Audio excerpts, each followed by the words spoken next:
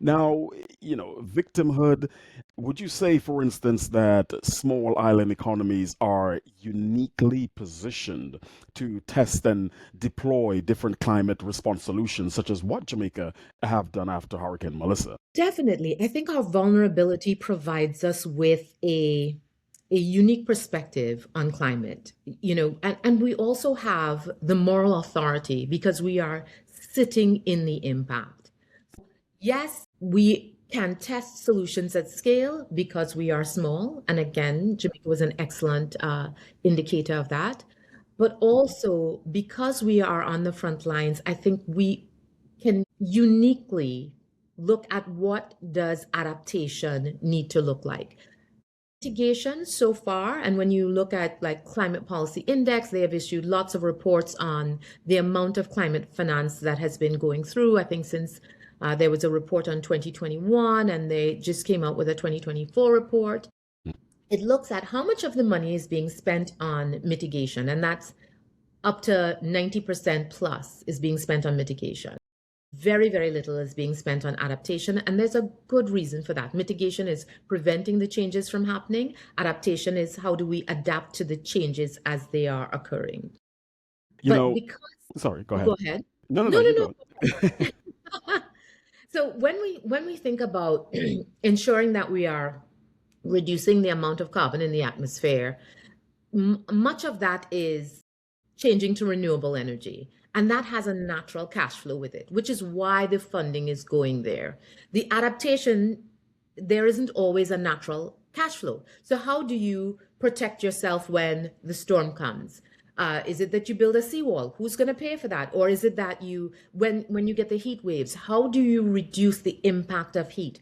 How do you reduce the impact on changing climate on crops? And all of those, it's much harder to figure out what is the cash flow because it is more preventative than it is, well, I'm changing a system that already has an existing cash flow. And so there's money to be made in it. But because we are in the environment, we Uh-huh. can look at what are some of the systems and then think about, okay, how do we turn that into a business opportunity? It's quite interesting what you mentioned there just now. And what came to my mind, Raquel, I have heard many of our leaders, they go to the United Nations, they go to COP, wherever they're having COP around the world, and they make a case that these bigger countries, they pledge, hey, we're going to give 2 million or 2 billion towards whatever, or 800 million, and the money never comes.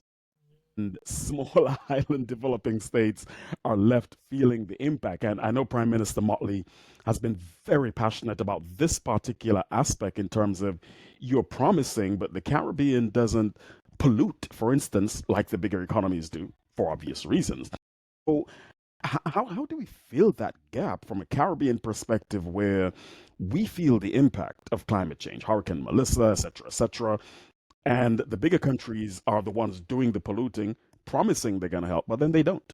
So then where are we left? Such a great point. So, first of all, on the issue of Mia Motley, she is not just making the case, but she's incredibly effective on a global Hmm. stage. She is Hmm. the champion for Yeah. climate action across the world. And she's not just talking about it, but the Bridgetown Initiative, we are actually beginning to see changes based on her recommendations and the team behind her on the Bridgetown Initiative. So we see that as being very, very exciting. We hope that they get the due credit for some of the disaster clauses within some of these contracts for funding because that's Okay. a huge deal.